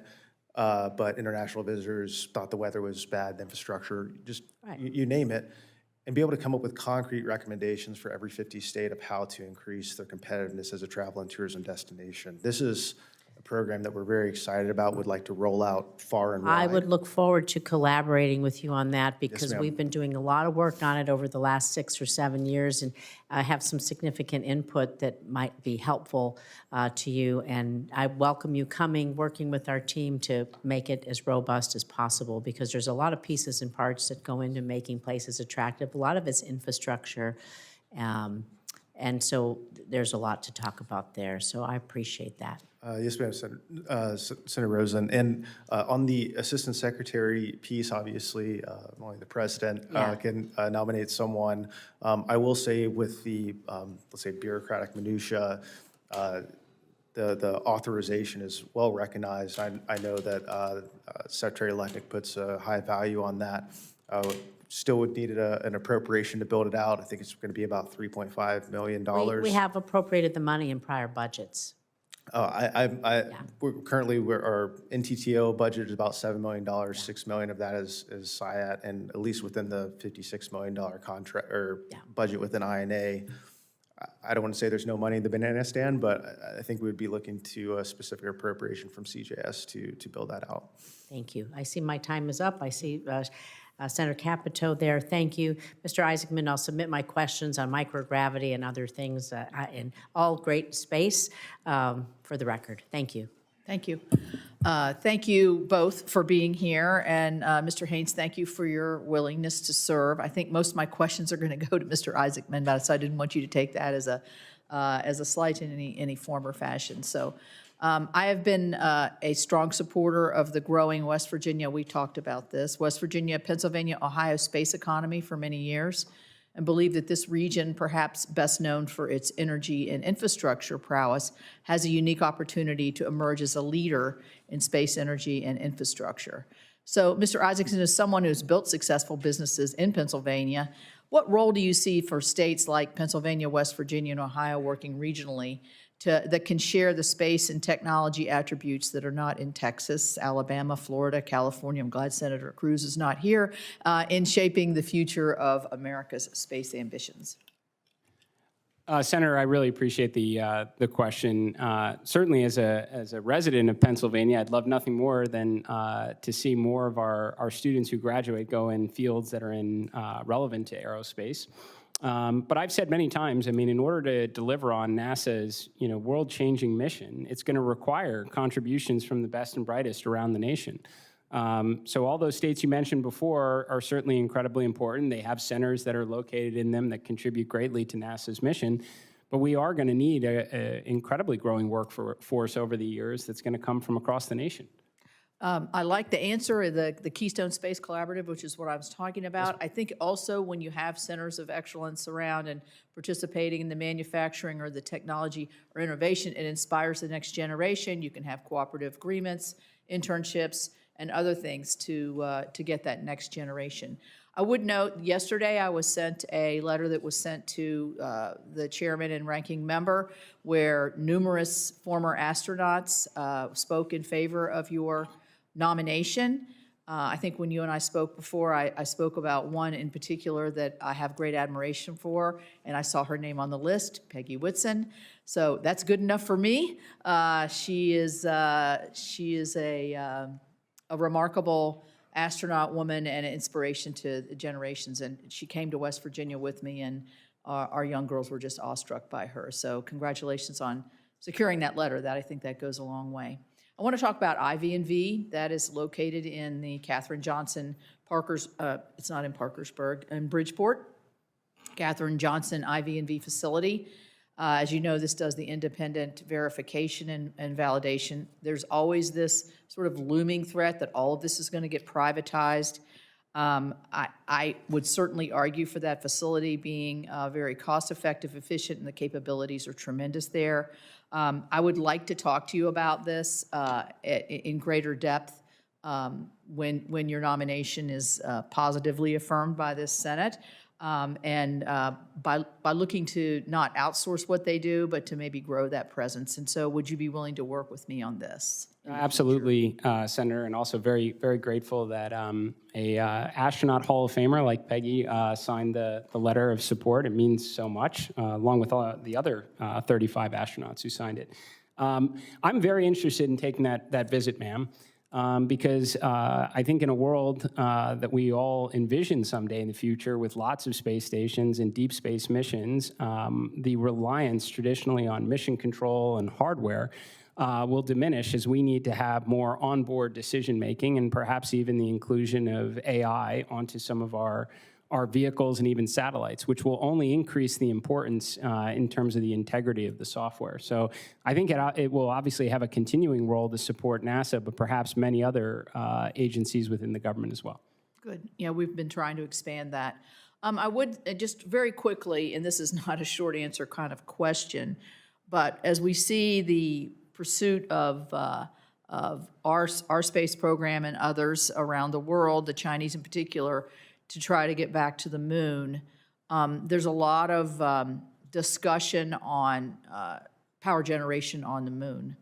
And I don't know what your thoughts are here. I don't know if lunar surface power programs, I know it's talked about nuclear, but also solar. I mean, what are your ideas here, and how far along are we on this?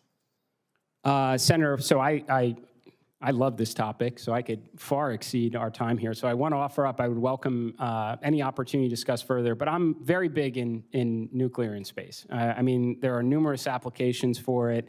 There's propulsion applications with nuclear electric, nuclear thermal propulsion. There's surface power requirements. We're going to need surface power, for applications that don't have direct sun exposure. We're going to need surface power to likely manufacture propellant for missions to and from Mars, and certainly deeper space exploration missions where there's less solar effectiveness. So it's an area that I think is squarely within NASA's mission to be working on the near impossible, to do what no one else can do, and attract the talent that will want to work on exciting mini Manhattan Project-like programs. Thank you. Thank you both, and thank you both for your willingness to serve.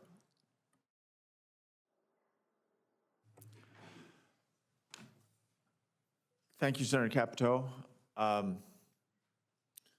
Let me start with Mr. Haines. I appreciate we followed the discussions around critical minerals. I want to make sure that we emphasize that's a bipartisan effort.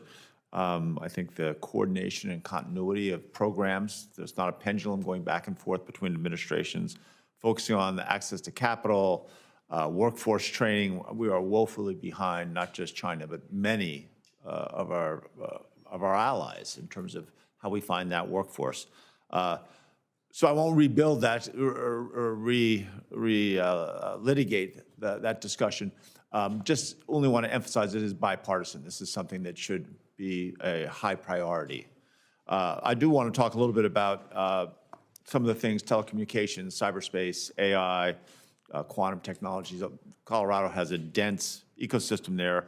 And I think especially along with AI, quantum it's a field of intense competition between the United States and our rivals, our adversaries. So as our capabilities mature in quantum sensing, quantum communication, computing, obviously, how can we ensure, how can you help ensure that our quantum technologies are only exported to trusted markets? Thank you for that, Senator, question. Thank you for the question, Senator. I would say the Assistant Secretary for Industry Analysis does not play an active role in export licensing policy. That's our colleagues at the Bureau of Industry and Security, or BIS. I will say that we have and will continue to engage actively with industry to see where those markets exist and also understand the national security implications of those technologies, where they rack and stack in terms of competitiveness with international competitors. And we could provide that information to the Bureau of Industry Security as they're making their licensing decisions, but we are not actively involved in any export licensing policies or decisions. Great, I appreciate that. And I think we've got a lot of work to do on there. Mr. Isaacman, we share the same bipartisan goal that the United States should be laser focused on returning American astronauts to the moon, reaching the next frontiers in space exploration. I think I'm still the only scientist in the Senate who's actually done provided peer-reviewed papers. Back in May, you answered some of our written questions. I thought this was very well stated, so I repeat it, that you want NASA to be a force multiplier for science, which I think is essential, launching more missions, more telescopes, more probes, more rovers. You also said that you can be expected to be a passionate advocate for science. You know, all of NASA's science and exploration missions, including both planetary and earth sciences, prioritizing these efforts is not about choosing one over the other, but rather identifying where the greatest breakthroughs are possible. Certainly now you're dealing with a budget issue that's fairly dramatic. So I wanted to see how you balance that. Can you confirm, you know, where you believe NASA's scientific and exploration missions are they complementary, or do they end up becoming, because of budget issues, mutually exclusive?